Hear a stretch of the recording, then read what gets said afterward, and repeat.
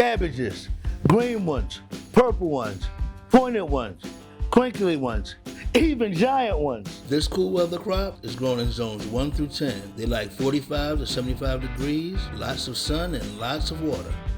Can you blame them? Want to harvest in the spring? Plant in December or January. Just make sure you keep those starts warm. For a fall harvest, plant in the middle of summer. Careful of the heat though. Keep them in the shade and moist. You've been warned. Use a standard potting or propagation mix. We love Royal Gold. First up, our faster ones are like the early Jersey Wakefield and the Tite Noir and the Golden Acre. Then we've got like some in-betweens that may take a little bit longer than those varieties, like Calabos and Baulacier and Glory. And then our favorite monster cabbages that we like to grow that take the longest, that we grow in the greenhouses over the winter, is the Thilderkraut and the Sapporo Giant #4. These have gotten massive for us, upwards of 20 plus pounds. Amazing.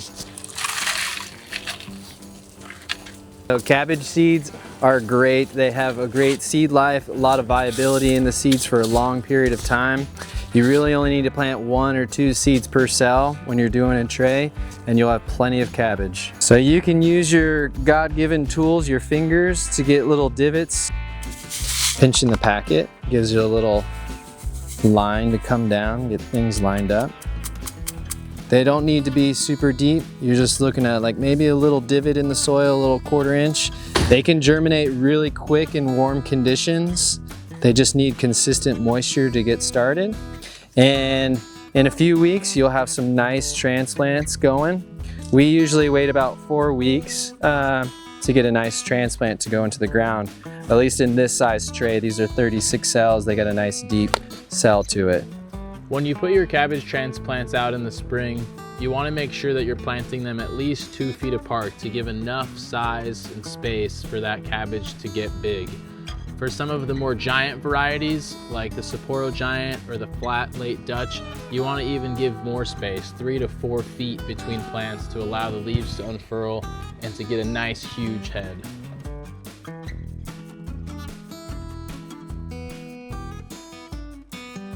The key to watering cabbage is consistent soil moisture. You don't want over waterlogged soil, so not too wet, but you definitely don't want it to dry out. Consistent moisture is definitely the key.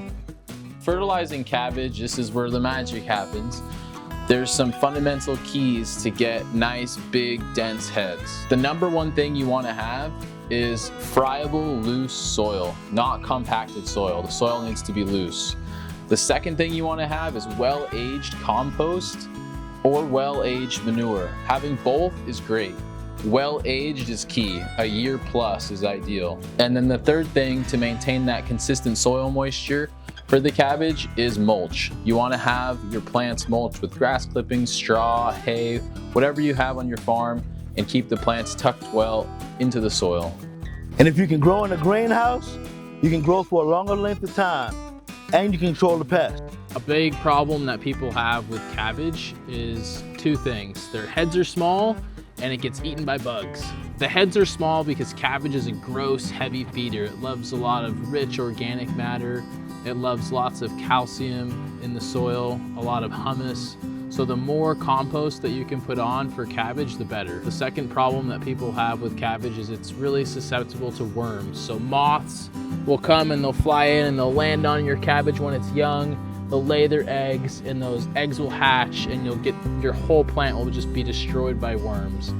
So what we do here on the farm for an organic control prevention is we use Bacillus thuringiensis, which is a BT product that you spray on to your foliage, and that will prevent the worms from getting a foothold and taking over your plants.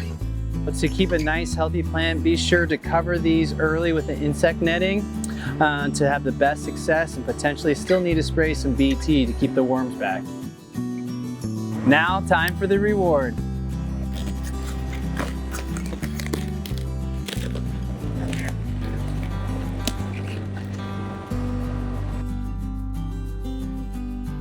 Depending on the size of your cabbage, you're looking at 80 to 120 days after transplant, so get your timing in right.